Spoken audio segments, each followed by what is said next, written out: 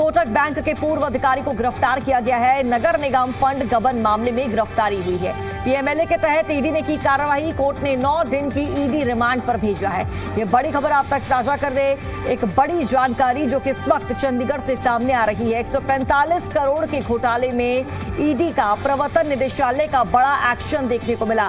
Kotak bank के पूर्व अधिकारी को इस पूरे मामले में गिरफ्तार किया गया है। अधिकारी की संलिप्तता पाई गई है। नगर निगम फंड गबन मामले में गिरफ्तारी की गई है। पीएमएलए के तहत प्रवर्तन निदेशालय ने बड़ी कार्रवाई को अंजाम दिया। कोर्ट ने 9 दिन की ईडी रिमांड पर भेज दिया है। तो देखिए, इस रिमांड के दौरान पूछताछ होगी, जांच पड़ताल होगी, घोटाले से जुड़ी जानकारियां जुटाई जाएगी।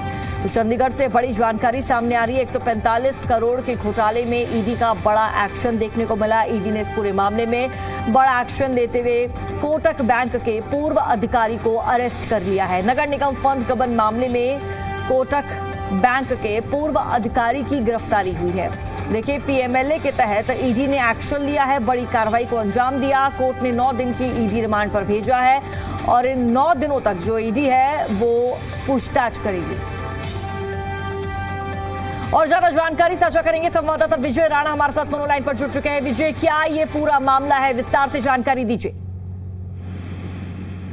बिल्कुल, नगर निगम पंचकुला में जो कोटक महिंद्रा में जो फ्रॉड किया गया था सरकार के साथ, उस मामले में लगातार जांच जारी है। उसी मामले में एक और नई जो गिरफ्तारी है वो हुई है। कोटक महिंद्रा बैंक के जो पूर्व डिप्टी वाइस प्रेसिडेंट है पुष्पेंद्र सिंह, उनकी गिरफ्तारी की गई है। उनके एसीबी के अनुसार जो ये मामला है, जो ईडी ने गिरफ्तारी की है, उसके अनुसार ये जानकारी मिली है कि जो पूर्व जो डिप्टी प्रेसिडेंट थे कोटक महिंद्रा बैंक के पुष्पेंद्र, उन्होंने कुछ अन्य आरोपियों के साथ मिलकर जो कुछ फर्जी खाते इस मामले में खोले थे और उसके बाद उन फर्जी खातों में जो फ्रॉड के लिए जो धनराशि थी उसका वहां पर उसको ट्रांसफर किया था और कई लोगों ने मिलकर सारे काम किए थे। इस तरह के जो आरोप है वो इस पर लगाए गए हैं। इसके अलावा कई और लोग भी गिरफ्तार पहले के उसमें, जैसे कि दिलीप कुमार राघव है, कस्टमर रिलेशन मैनेजर इस बैंक में थे।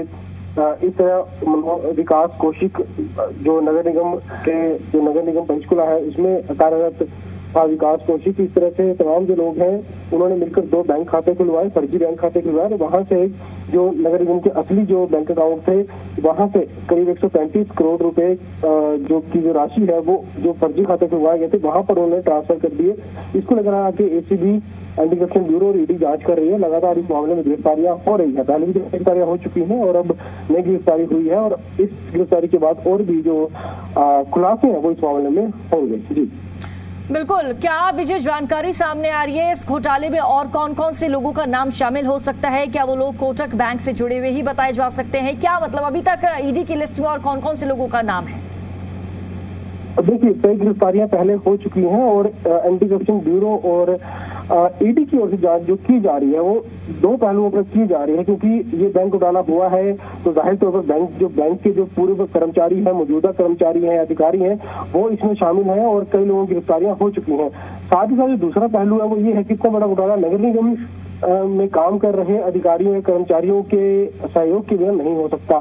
तो वो भी जांच शुरू की गई और जब ये जांच शुरू की गई तो कई लोग ऐसे ही पाए गए जो पंचकुला नगर निगम में काम कर रहे थे और वो भी इस घोटाले में शामिल हैं। तो इन दोनों पहलुओं पर जांच जो है वो की जा रही है और दोनों ही तरह की जांचों में कई आरोपी मिले हैं मामले में, जिनकी गिरफ्तारियां हो चुकी हैं। जब भी कोई नई गिरफ्तारी होती है उससे पहले सबूत जुटाए जाते हैं, उसके बाद गिरफ्तारी की जाती है और गिरफ्तारी के बाद जब रिमांड दिए जाते हैं तो और भी नए खुलासे उसमें सामने आते हैं और धीरे धीरे जो पड़ते हैं वो मामले खुल रही हैं और धीरे धीरे जो और आरोपी हैं वो भी इस मामले में सामने आ रहे हैं। तो जाहिर तौर पर एक नई गिरफ्तारी हुई है और उसके बाद अब और भी इसमें जो पड़ते हैं मामले खुलेंगी। जाहिर तौर पर और आगे गिरफ्तारियां भी इस मामले में हो सकती हैं।